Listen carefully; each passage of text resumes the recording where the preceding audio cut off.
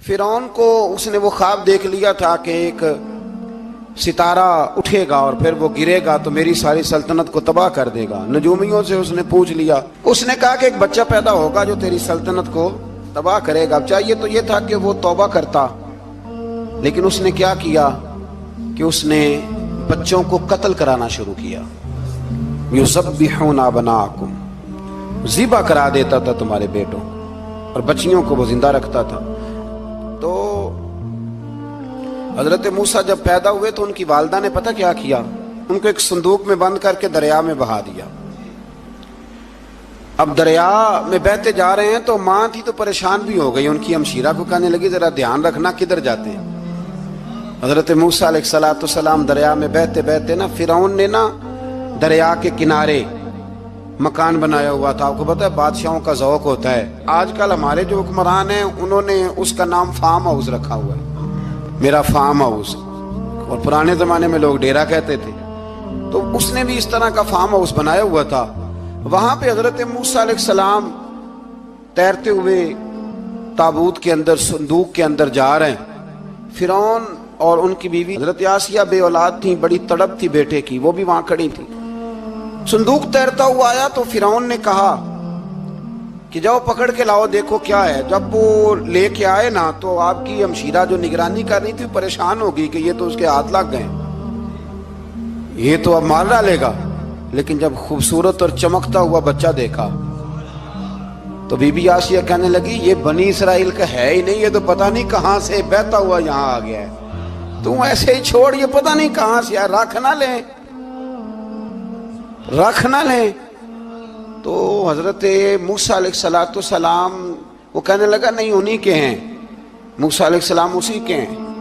تو آسیہ کہنے لگی تیرے تو سر پہ بس بھوت ہی سوار ہو گیا، ہر وقت وہی لوگ تجھے یاد رہتے، یہ پتہ نہیں کہاں سے بہ کے آیا۔ اب رکھ لیا، مان گیا فرعون۔ آپ فرعون کے گھر میں جو اس لیے بچے مروا رہا تھا کہ میری سلطنت حضرت موسیٰ پیدا نہ ہو جائیں، تو اسی کے گھر میں پرورش پانے لگے، اسی کے گھر میں۔ اب عورتیں منگائیں گئی دودھ پلانے کے لیے، تو حضرت موسیٰ علیہ السلام کسی بی بی کا دودھ نہیں پیتے، تو آپ کی ہمشیرہ وہیں دائیں بائیں گھومتی رہتی۔ تو کہنے لگی جناب آسیہ سے کہ میں ایک بی بی کو جانتی ہوں، بڑی صاف ستھری ہے، مجھے امید ہے یہ بچہ اس کا دودھ پیے گا۔ تو فرعون کہنے لگا دوڑ کے لا، تو وہ اپنی والدہ کو لے کے آئیں تو حضرت موسیٰ نے فوراً دودھ پینا شروع کر دیا۔ فرعون کو پھر تھوڑا شک ہوا۔ ایک روایت یوں بھی لکھی ہے بعض لوگوں نے کہ فرعون ایک دن اٹھایا ہوا تھا حضرت موسیٰ کی، ابھی تھوڑی سی عمر تھی، تو آپ نے اس کی داڑھی پکڑ کے تو ایک گھونسا دے مارا، جلالی تو شروع سے ہے نا۔ تو کہنے لگا آسیہ تو مان نہ مان یہ بچہ وہی ہے۔ تو حضرت بی بی آسیہ کہنے لگی کہ تجھے غلط فہمی ہے، یہ وہ نہیں ہے۔ اس نے کہا دیکھو نا، یہ تو اٹھاتی ہے تو پیار کرتا ہے، اور میرے جب قریب آتا ہے تو اس کے لب و لہجے میں تلخی محسوس کرتا ہوں۔ اس نے کہا بچوں کو کیا پتا۔ خیر، ایک طرف اس نے کھانے پینے کی چیزیں رکھ دی، ایک طرف انگارے رکھ دیے، وہ بھی حضرت آسیہ کہتی ہیں کہ تجھے سمجھ آئے بچے بچے ہوتے ہیں۔ حضرت موسیٰ بچے تو تھے، پر تھے تو اللہ کے نبی نا، اللہ کے نبی تھے۔ جب اس نے کہا نا یہ بچے ہیں، تو حضرت موسیٰ علیہ السلام بجائے انگاروں کی طرف جانے کے، نبی تھے، وہ سیدھے کھانے پینے والی چیزوں کی طرف بڑھنے لگے۔ فرعون کہنے لگا اب بتا۔ اللہ تعالیٰ نے حضرت جبریل کو بھیجا، انہوں نے کہا ادھر نہیں جانا، آپ ادھر جائیے۔ تو آپ آگ کی طرف گئے اور ایک کوئلہ اٹھا کے زبان پہ رکھ لیا۔ تو آسیہ کہنے لگی سمجھ آئی، بچے کو کیا پتا کدھر جانا ہے کدھر نہیں جانا، اگر وہ اتنا ہی خیال ہوتا وہی بچہ ہوتا تو آگ۔ اور بعض مفسرین نے لکھا ہے یہ جو حضرت موسیٰ دعا مانگتے تھے نا رب اشرح لی صدری ویسر لی امری، یہ وہ آگ کا انگارہ جب کوئلہ منہ میں رکھا تھا نا تو اس کی وجہ سے زبان میں کچھ لکنت آ گئی، تو آپ دعا کرتے تھے کہ یا اللہ میری زبان کی وہ بند گرا کھول دے تاکہ میں کھل کے فرعون کے سامنے بات کر سکوں۔ وہیں حضرت موسیٰ پلنے لگے، وہیں پلے، وہیں جوان ہوئے، وہیں اللہ نے ساری دولتیں دی، بہن بھی ملی، ماں بھی ملی، اور سارے عزیزوں کا پیار بھی ملا۔ اسی گھر کے اندر اللہ نے پرورش کر کے فرعون کے ظلم سے بنی اسرائیل کو نجات عطا فرمائی۔ موسیٰ بھی فرعون کے گھر میں پلنے لگے، اور جب جوان ہو گئے تو فرعون کے ہاں جو ظلم ہوتا تھا حضرت موسیٰ اس پر بول پڑتے تھے، جلال فرماتے۔ تو فرعون پھر ناراض رہنے لگا، یہاں تک کہ اس نے آپ کو نکال دیا آپ تشریف لے گئے وہاں سے. تو حضرت موسیٰ ایک دن شام کے وقت دوبارہ آئے بستی میں، لوگ سوئے ہوئے تھے. تو دو آدمی، ایک بنی اسرائیل میں سے اور ایک فرعون کی اپنی قوم میں سے، وہ دونوں آپس میں جھگڑ رہے تھے. لیکن وہ جو حضرت موسیٰ کی بنی اسرائیل کی قوم کا شخص تھا، اس پر وہ قبطی، وہ جو فرعون کے قریبی لوگوں میں سے تھا، وہ ظلم کر رہا تھا اور بوجھ اٹھانے کی بات کر رہا تھا. اب اس نے حضرت موسیٰ کو پکارا کہ یہ دیکھے میرے ساتھ کس طرح کی بات کر رہا ہے. تو حضرت موسیٰ کا ارادہ بھی نہیں تھا، آپ نے بس اس کو سمجھایا. پر کچھ لوگوں کو سمجھ، تو حضرت موسیٰ نے پھر ایک مکہ مارا، ایک گھونسا مارا، صرف ایک ہی. یہ کئی تگڑے اور دلیر اس طرح کے بھی ہوتے ہیں کہ گھونسا ایک بھی برداشت نہیں کرتے. وہ ایک مارا، آدمی دھڑام سے زمین پہ گرا اور ماری گیا. حضرت موسیٰ کا ارادہ نہیں تھا لیکن وہ مر گیا. حضرت موسیٰ علیہ السلام نے اس بات پر اپنے رب سے استغفار بھی فرمائی. قرآن کہتا ہے کہ انہوں نے معافی چاہی کہ اللہ میرا ارادہ نہیں تھا. بہرحال اگلے دن نا حضرت موسیٰ دوبارہ آئے. وہ سنا کرتے تھے نا ہم کہ بیوقوف دوست سے عقل مند دشمن بہتر ہوتا ہے. وہ کم از کم دشمنی تو عقل مندی سے کرتا ہے نا، لیکن جو بیوقوف دوست ہو بیوقوفی. حضرت موسیٰ دوبارہ آئے تو وہ بنی اسرائیلی اگلے دن کسی اور سے جھگڑا کر رہا تھا.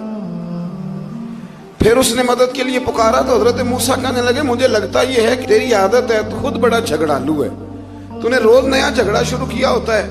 حضرت موسیٰ جب اس کی طرف بڑے نہ ڈانٹنے کے لیے تو اس نے شور کرنا شروع کر دیا. کہنے لگتا ہے جس طرح آپ نے اسے کل قتل کیا تھا مجھے بھی قتل ہی کریں گے. یہ انسانوں کا مزاج ہے کہ آپ جب تک کسی کے طبیعت کے مطابق چلیں گے وہ راضی رہتا ہے، اور ذرا آپ اس کی طبیعت سے ہٹتے ہیں تو وہ شور کرتا ہے. اس نے کہا جی آپ مجھے بھی لگتا ہے ماریں گے. حضرت موسیٰ کلیم اللہ علی نبینا علیہ السلام کے بارے میں جب اس نے شور کیا تو بات پھر فرعون کے دربار تک گئی. وہ تو پہلے ہی بہانہ تلاش کر رہا تھا. اس نے کہا ڈھونڈو پکڑو اور معاذ اللہ شہید کریں گے. کسی نے آ کے خبر دی کہ آپ جہاں سے ہجرت کر جائیں، اس لیے کہ آپ کے لیے یہاں حالات درست. اور بھائی یہ چھوڑ دیا کریں بات کہ فلاں آدمی کے حق میں فلاں جگہ حالات کیسے خراب ہوئے. تو نبی کریم علیہ السلام مکہ چھوڑ کے کیوں آئے؟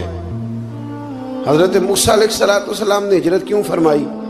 یہ ایک ایسی عجیب بحث ہے جس کو لوگ بلا وجہ چھوڑ دیتے، بلا وجہ چھیڑ دیتے ہیں. اور بالخصوص ایک خاتون نے ایک دفعہ مجھے پیغام دیا تو میں بڑی اس کی بات سن کے مجھے عجیب لگا. وہ کہنے لگی کہ دوسری جگہ میری شادی ہوئی ہے، مجھے طلاق ہو گئی تھی، تو مجھے ایک تانا روز سننے کو ملتا ہے تو اتنی اچھی ہوتی تو وہاں نہ رہ لیتی. تو بھئی یہ کوئی تانے والی بات ہے؟ کوئی ضروری ہے کہ بیوی غلط ہوتی ہے تو طلاق ہوتی ہے؟ اللہ کے محبوب علیہ السلام کی دو صاحبزادیوں کو ابو لہب کے دو بیٹوں نے طلاق بھیج دی تھی. کس کی غلطی تھی؟ تو آپ کیا کہہ سکتے ہیں یہاں کیوں طلاق؟ تو اتنی جلدی بات تھوڑی کر دیں گے آپ، تھوڑی احتیاط فرمائیں بولنے میں. تو حضرت موسیٰ علیہ السلام وہاں سے نکلے اور آپ مدین کی طرف چلے گئے. مدین وہ علاقہ تھا جہاں فرعون کی حکومت کوئی نہیں تھی. حضرت موسیٰ جیسے ہی وہاں پہنچے تو ان کے اندر ایک جذبہ تھا، ظلم ہوتا نہیں دیکھ سکتے تھے. جب وہاں پہنچے تو انہوں نے دیکھا لوگ اپنے اپنے جانوروں کو گھاٹ پہ پانی پلا رہے ہیں اور دو خواتین ہیں وہ بالکل پیچھے کھڑی ہیں. تو حضرت موسیٰ کلیم آگے بڑھ کے کہنے لگے تم کیوں نہیں پانی پلاتی؟ تو وہ کہنے لگی ہمارا بھائی کوئی نہیں، باپ ہمارا بوڑھا ہے. اللہ اکبر. مجبوری یہ ہے، ہم ہیں بھی پردہ دار گھرانے کی، مجبوری ہماری یہ ہے کہ جب تک یہ سارے لوگ پانی پلا نہیں لیں گے اتنی دیر تک ہماری باری نہیں آئے گی. تو حضرت موسیٰ کلیم اللہ علیہ السلام فرمانے لگے اچھا یہ بات ہے تو جانور مجھے دو. وہ ہو یہ رہا تھا کہ چونکہ مرد پانی پلا رہے تھے تو اور جتنے بھی مرد آتے جاتے تھے وہ گھستے جاتے تھے اور عورتیں بیچاری کھڑی تھیں. حضرت موسیٰ جھٹ سے آگے بڑھے، پیچھے ہٹو. ان دو خواتین پاک باز عورتوں کے جانوروں کو پانی پلایا اور پھر آپ دوبارہ وہیں بیٹھ گئے. وہ بیویاں جلدی جلدی گھر گئیں، جا کے اپنے والد سے کہنے لگی ابا جی کمال ہو گیا، اس بستی میں ایک ایسا آدمی ملا ہے جو عورتوں کی طرف دیکھتا ہے تو نیکی کرنے کے لیے آگے بڑھتا ہے، جو مجبور اور بے کس کے لیے اچھے جذبات رکھتا ہے. فرمایا جلدی لاؤ، کچھ مفسرین اور طرف بھی گئے ہیں، لیکن جمہور نے لکھا ہے کہ وہ حضرت شعیب علیہ السلام تھے۔ حضرت شعیب نے گھر بلایا، اپنی ایک بیٹی کو بھیجا، فرمایا بیٹے بلا کے لاؤ۔ وہ جب گھر آئے تو آپ فرمانے لگے آپ میرے ساتھ اجرت طے کر لیں، 8 سال یا 10 سال آپ میری بکریوں کو چرائیں، میرے گھر میں رہیں۔ اور پھر فوراً ہی فرمانے لگے اگر آپ ہمارے گھر میں رہیں گے، دیکھ بھال کریں گے، تو میں اپنی ایک بیٹی کا نکاح بھی آپ کے ساتھ کر دوں۔ تو 8 سے 10 سال حضرت موسیٰ نے وہاں قیام فرمایا۔ اور پھر جب آپ کا نکاح ہو گیا تو آپ اپنی بیوی کو لے کے مصر کی جانب جا رہے تھے، تو رستے میں نا ٹھنڈ زیادہ ہو گئی، تو اپنی زوجہ سے کہنے لگے وہاں آگ جل رہی ہے، میں تیرے لیے آگ لے کے آتا ہوں تاکہ تو تاپ سکے، گرمی حاصل کر سکے۔ وہاں گئے تو درخت سے آواز آئی موسیٰ میں تیرا رب ہوں۔ درخت سے آواز آئی موسیٰ میں تیرا رب ہوں۔ اور حضرت موسیٰ کلیم اللہ کو وہاں وحی آنی شروع ہوئی، وہاں وہی اللہ تعالیٰ نے انہیں وہ عصا عطا فرمایا جو پھر بعد میں اژدہا بنتا تھا۔ رب کریم نے وہیں حضرت موسیٰ کلیم کو وہیں ید بیضا عطا فرمایا۔ اپنا ہاتھ گریبان میں ڈال کے نکالتے تھے تو چاند اور سورج کی طرح روشنی دیا کرتا تھا۔ ید بیضا لیے بیٹھے ہیں اپنی۔ میں کبھی کبھی کہا کرتا ہوں کہ مولا کے دینے کے انداز بڑے انوکھے ہیں۔ بھائی یوسف کو کنویں میں پھینکتے ہیں تو اللہ مصر کا حکمران بنا دیتا۔ تو پھر حضرت موسیٰ وہاں سے واپس آئے اور آ کر کے آپ نے دوبارہ وہ سارا نظام زندگی شروع فرمایا۔ موسیٰ علیہ السلام نے ان کو دعوت حق دی اور کہا کہ میں تمہارے پاس واضح نشانیاں لایا ہوں، بنی اسرائیل کو میرے ساتھ بھیج دو۔ فرعون نے معجزات پیش کرنے کے لیے کہا تو حضرت موسیٰ علیہ السلام نے اپنا عصا زمین پہ ڈالا، اپنا عصا، اپنی چھڑی، اپنا ڈنڈا زمین پہ ڈالا تو وہ ایک واضح اژدہا بن گیا۔ پھر حضرت سیدنا موسیٰ علیہ السلام نے اپنا ہاتھ گریبان سے نکالا تو وہ دیکھنے والوں کے لیے روشن ہو گیا، ہاتھ کے اندر نور پیدا ہو گیا۔ ید بیضا لیے بیٹھے ہیں اپنی آستینوں میں۔ فرعون کے سرداروں نے حق کو قبول کرنے کی بجائے اسے جادو قرار دے دیا اور کہا کہ یہ تمہیں اپنے ملک سے نکالنا چاہتا ہے۔ انہوں نے کہا اس معاملے کو ذرا ڈھیل دو اور جادوگروں کو جمع کرو۔ جادوگر آئے، انہوں نے فرعون سے کہا کہ ہم حضرت موسیٰ کے مقابلے میں جادو تو دکھائیں گے معاذ اللہ، لیکن اگر ہم غالب آ گئے تو پھر ہمارا انعام کیا ہوگا؟ سودا پہلے طے کرنا ہے، کیا انعام ملے گا؟ اس نے کہا کہ اگر تم غالب آ گئے تو میں تمہیں اپنا قریبی بنا لوں گا۔ بادشاہوں کا قریبی ہونا بھی تو بڑی بات ہے نا، لوگ بڑے پاپڑ بیلتے ہیں قریبی ہونے کے لیے، اور یہ جو قریبی ہوتے ہیں نا، بالخصوص جو بادشاہوں کے قریبی ہوتے ہیں، بادشاہوں کی تباہی کا سبب بھی یہی لوگ ہی بنتے ہیں۔ یہ ان کو روز خبر دیتے ہیں کہ سب اچھا ہے، سب اچھا ہے، اور دنیا کے زیادہ تر حکمران انہی لوگوں کی وجہ سے تباہ ہوتے ہیں کیونکہ ان کا خود عوام سے رابطہ نہیں رہتا۔ اگر وہ خود عوام کے ساتھ ڈائریکٹ رابطہ کریں تو شاید انہیں اچھی اور صاف ستھری چیزیں سمجھنے کو مل جائیں۔ خیر، جادوگروں نے جب کہا ہمیں کیا دو گے تو اس نے کہا تمہیں قریبی بنا لوں گا۔ جادوگروں نے موسیٰ علیہ السلام سے کہا کہ آپ پہل کریں گے یا ہم پہل کریں؟ تو موسیٰ علیہ السلام نے کہا تم پہل کرو۔ جب جادوگروں نے اپنی رسیاں زمین پہ ڈالیں تو لوگوں کی نگاہوں کو سحر زدہ کر دیا، جادو کر دیا اور انہیں ڈروا دیا۔ انہوں نے کہا یہ تو بڑا جادو لے آئے۔ تو اللہ تعالیٰ نے حضرت موسیٰ علیہ السلام کو حکم دیا کہ آپ بھی اپنا عصا زمین پہ ڈالیں۔ ان کی رسیاں سام بن گئی تھی نا، دراصل وہ سام بنی نہیں تھی، لوگوں کی آنکھوں پر جادو ہو گیا تھا، انہیں سانپ نظر آ رہا تھا۔ فرمایا آپ بھی اپنا عصا زمین پہ ڈالیں۔ وہ عصا سام بنا اور جادوگروں کی ساری چیزوں کو نگل ہی گیا۔ ان کی بہت ساری رسیاں سانپ بنی تھی، ان کا ایک ہی عصا سانپ بنا اور سب کو نگل گیا۔ اس طرح کے معجزے کی حقانیت اور جادوگروں کا بطلان ثابت ہوا اور فرعونی رسوا ہو گئے۔ جادوگر سجدے میں گر گئے اور اللہ پر ایمان لے آئے۔ فرعون نے انہیں دھمکی دی کہ تم میری اجازت کے بغیر ایمان لے آئے ہو، میں تمہارے ہاتھ اور پاؤں مخالف سمت سے کاٹ دوں گا، یعنی الٹا ہاتھ کاٹ دوں گا، سیدھا پیر کاٹ دوں گا، میری بغیر اجازت ایمان لے آئے ہو، اور تمہیں سولی پہ بھی چڑھوا دوں گا۔ انہوں نے کہا کہ ایمان لانے کی پاداش میں تم ہمیں سزا دینا چاہتے ہو؟ پھر انہوں نے اللہ تعالیٰ سے صبر اور استقامت کی دعا کی۔ اس کے بعد فرعون نے بنی اسرائیل کے بیٹوں کو قتل کرنے کی اور بیٹیوں کو زندہ چھوڑنے کا حکم دے دیا۔ موسیٰ علیہ السلام نے قوم کو صبر کی تلقین کی اور کہا کہ نیک انجام اہل تقوی کے لیے۔ یہاں ایک لطیف بات ہمارے صوفیاء نے بھی لکھی ہے۔ صوفیاء کہتے ہیں کہ فرعون نے کلمہ نہیں پڑھا پر جادوگر کلمہ پڑھ گئے۔ وہ کس طرح کلمہ پڑھ گئے؟ تو کہنے لگے دراصل انہوں نے آتے ہی حضرت موسیٰ کا ادب بڑا کیا تھا۔ جادوگر حضرت موسیٰ کے مقابلے میں آ کے بھی ان سے کہتے ہیں کہ رسیاں آپ پہلے ڈالیں گے کہ ہم ڈالیں؟ آپ اصحاب پہلے رکھیں گے کہ ہم رکھیں؟ تو اتنا سا ادب کیا تو رب کریم نے فرمایا جو نبی کا ادب کرے وہ بے ایمان نہیں رہ سکتا۔ جو نبی کا ادب کرے وہ بے ایمان نہیں رہ سکتا، اور جو نبی کی بے ادبی کرے وہ ایماندار نہیں رہ سکتا۔ ختم ہو گئی بات۔ یہاں ہمارے صوفیاء نے یہ بات لکھی ہے کہ چونکہ انہوں نے آتے ہی کہا تھا کہ آپ پہلے ڈالیں گے یا ہم پہلے ڈالیں، تو حضرت موسیٰ سے انہوں نے پوچھ لیا، نبی کے پوچھے بغیر پہل نہیں کی تو اللہ نے انہیں ایمان کی دولت عطا کر دی۔ اللہ تعالیٰ نے فرعونیوں پر قحط سالی کا عذاب نازل کیا۔ فرعونیوں کا طریقہ یہ تھا کہ اچھائی کو اپنا کمال گردانتے تھے، کہتے تھے یہ ہماری طرف سے، اور برائی کو معاذ اللہ بدشگونی کے طور پر موسیٰ علیہ السلام کی طرف منسوب کرتے تھے، کہتے تھے معاذ اللہ آپ کی وجہ سے یہ سارا کچھ ہو رہا ہے۔ ہوتے نا نہیں کہتے ہیں جب سے میں وہاں گیا ہوں تب سے۔ ہمارے بزرگ ایک لطیفہ بھی سنایا کرتے تھے کہ کسی زمیندار نے نماز پڑھنی شروع کی تھی تو اس کے جانور مرنے شروع ہو گئے۔ اب لوگ سمجھتے ہیں کہ معاذ اللہ شاید یہ کسی بزرگ کے سبب سے ایسا ہے، حالانکہ یہ تو اللہ کی طرف سے آزمائش ہوتی ہے، اس کی حکمتیں ہوتی ہیں۔ اللہ تبارک و تعالیٰ نے ان پر عذاب کیا نازل کیا؟ آیت نمبر 130 اور 143 کبھی آپ سورہ اعراف کی پڑھیں تو اللہ تعالیٰ نے ان پر ٹڈیوں کا، جموں کا، مینڈکوں کا اور خون کا عذاب نازل کیا۔ یہ کس قسم کا عذاب ہے؟ جمعے پڑ گئے، ٹڈیاں آ گئیں، یہ اللہ نے عذاب نازل کیا۔ جب وہ عذاب میں مبتلا ہوئے تو موسیٰ علیہ السلام سے کہا کہ آپ اللہ سے دعا کریں کہ ہم سے یہ عذاب ٹل جائے، اگر ایسا ہوا تو ہم ایمان لے آئیں گے، بنی اسرائیل کو بھی آزاد کر دیں گے۔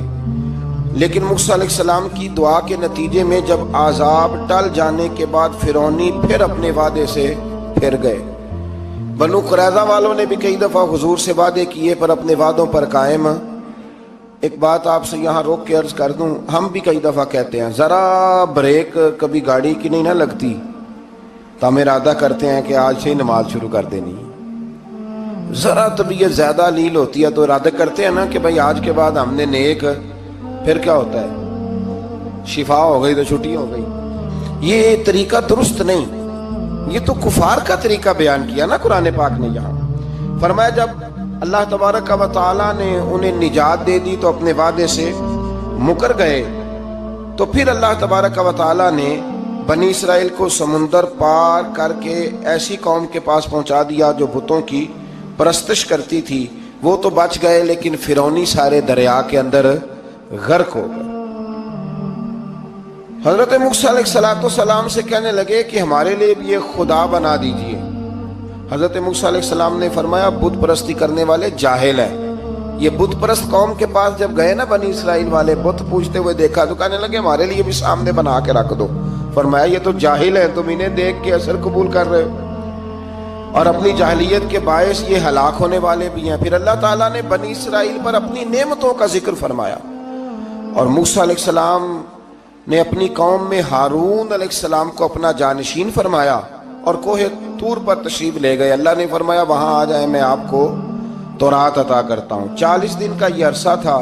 موسیٰ علیہ السلام نے وہاں پہ جا کے، وہ سارا واقعہ بھی انہی آیات میں ہے کہ حضرت موسیٰ نے عرض کیا تھا کہ رب ارنی، یا اللہ میں تجھے دیکھنا چاہتا ہوں، تو فرمایا لن ترانی، تو نہیں دیکھ سکتا۔ وہ بھی یہاں اللہ نے ذکر فرمایا۔ پھر اللہ تعالیٰ نے اپنی ایک تجلی جب کوہ طور پہ ڈالی تو حضرت موسیٰ علیہ السلام تاب نہ لا سکے اور بے ہوش ہو گئے، اور پہاڑ بھی ریزہ ریزہ ہو گیا۔ اس کا ذکر بھی اللہ نے انہی آیات میں فرمایا۔ آیت نمبر 144 سے 155 تک حضرت موسیٰ علیہ السلام کو رسالت عطا کرنے، کلیم اللہ کا منصب عطا کرنے، تورات عطا کرنے کا ذکر ہے۔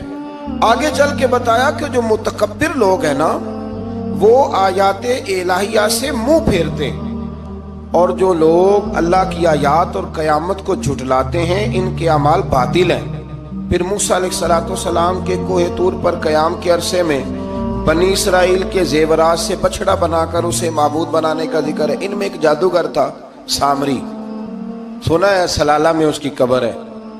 حضرت موسیٰ کوہ طور پہ چلے گئے تو اس نے پیچھے سے سونے کا ایک بچڑا بنا لیا، اس میں سونے کی تاریں اس کے منہ میں لگائیں، ہوا چلتی تھی تو بجتی تھی۔ اتنے کمزور عقیدے کی یہ قوم تھی کہ انہوں نے فٹافٹ ماننا شروع کر لی، فٹافٹ ماننا، کہنے لگے یہ ٹھیک ہے۔ چنانچہ موسیٰ علیہ السلام جب واپس آئے تو قوم پر غصے اور افسوس کا اظہار فرمایا اور کہا میرے پیچھے تم نے ایسا برا کام کیا ہے۔ انہوں نے تورات کی تختیاں بھی زمین پہ ڈالی اور اپنے بھائی ہارون علیہ السلام کا سر پکڑ کے اس سے جواب طلبی کی۔ انہوں نے کہا اے میرے ماں جائے، بڑے خوبصورت لفظ ہے قرآن پاک، اے میرے ماں جائے، اے میرے بھائی، قوم نے مجھے بے بس کر دیا اور قریب تھا کہ یہ مجھے قتل بھی کر دیتے۔ اب آپ مجھ پر سختی کر کے دشمنوں کو ہنسنے کا موقع نہ دیں، کبھی بھی دشمنوں کو اپنے اوپر ہنسنے کا موقع نہ دینا چاہیے۔ پھر آیت نمبر 151 میں موسیٰ علیہ السلام کی دعا اور کلمات استغفار کا ذکر ہے۔ آگے چل کے بتایا کہ غصہ ٹھنڈا ہونے پر موسیٰ علیہ السلام نے تورات کی تختیوں کو اٹھایا جن کی تحریر میں اللہ سے ڈرنے والوں کے لیے ہدایت اور رحمت کی بشارت تھی۔ آیت نمبر 156 سے لے کر 158 تک میں موسیٰ علیہ السلام کی دعا کا ذکر ہے، جس میں انہوں نے اپنی قوم کے لیے اللہ تعالیٰ سے دنیا اور آخرت کی بھلائی مانگی۔ اللہ تعالیٰ نے فرمایا یہ کامل نعمت میں ان لوگوں کو عطا کروں گا جو ایمان کے ساتھ تقوی بھی اختیار کریں گے، یہ انہیں ملے گی نعمت، اور پھر وہ زکوٰۃ دیں گے اور اس عظیم رسول یعنی نبی کریم صلی اللہ تعالی علیہ وآلہ وسلم کی وہ پیروی کریں گے۔